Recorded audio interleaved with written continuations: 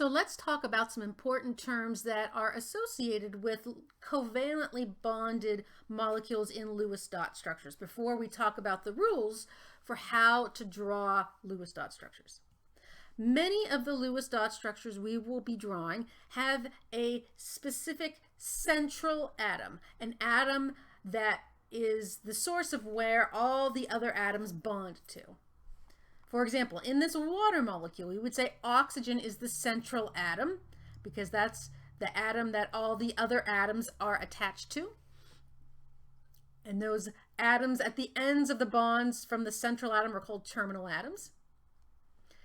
There will be some molecules that we deal with that have more than one central atom, predominantly molecules that have double or triple bonds.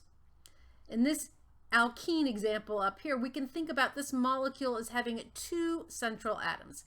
We're going to find out that we can say something about the geometry of this molecule with regards to one central atom or the second central atom.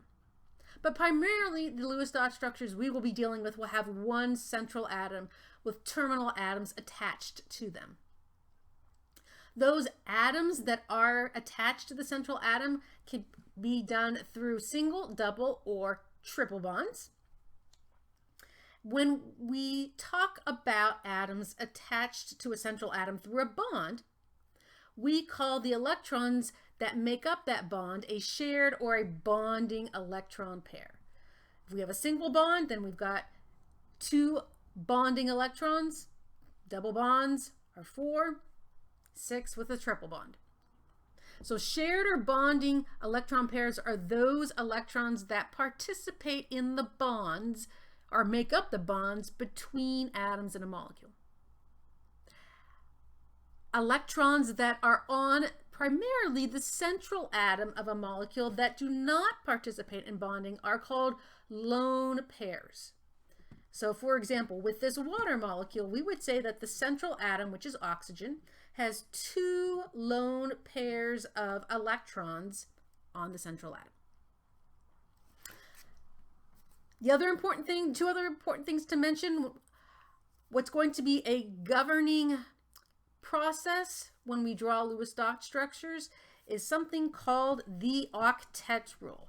That states that atoms, when they bond in these covalently Lewis dot structures, they want to have a total of 8 valence electrons in their outer shell. So for example, we would say that this oxygen in this water molecule obeys the octet rule because it has 2, 4, 6, 8 electrons surrounding it. Are there some atoms that bond in Lewis dot structures that do not want to obey the octet rule? Yes, there are. We will talk in some more detail about them later in the chapter. The one that you will deal with most frequently that is an exception to the octet rule is hydrogen. It doesn't want to have an octet, it wants to have a duet of electrons, just 2 electrons around it. And it has to do with where it is on the periodic table.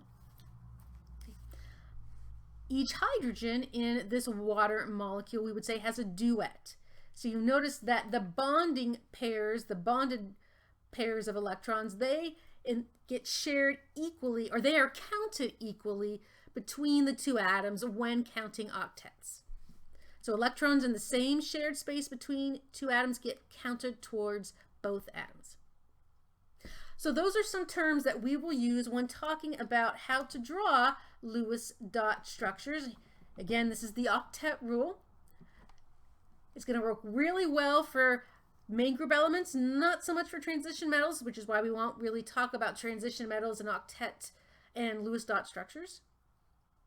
But in the next video, we're going to remember the octet rule, remember these terms of bonded pair, lone pairs, central atom, terminal atom.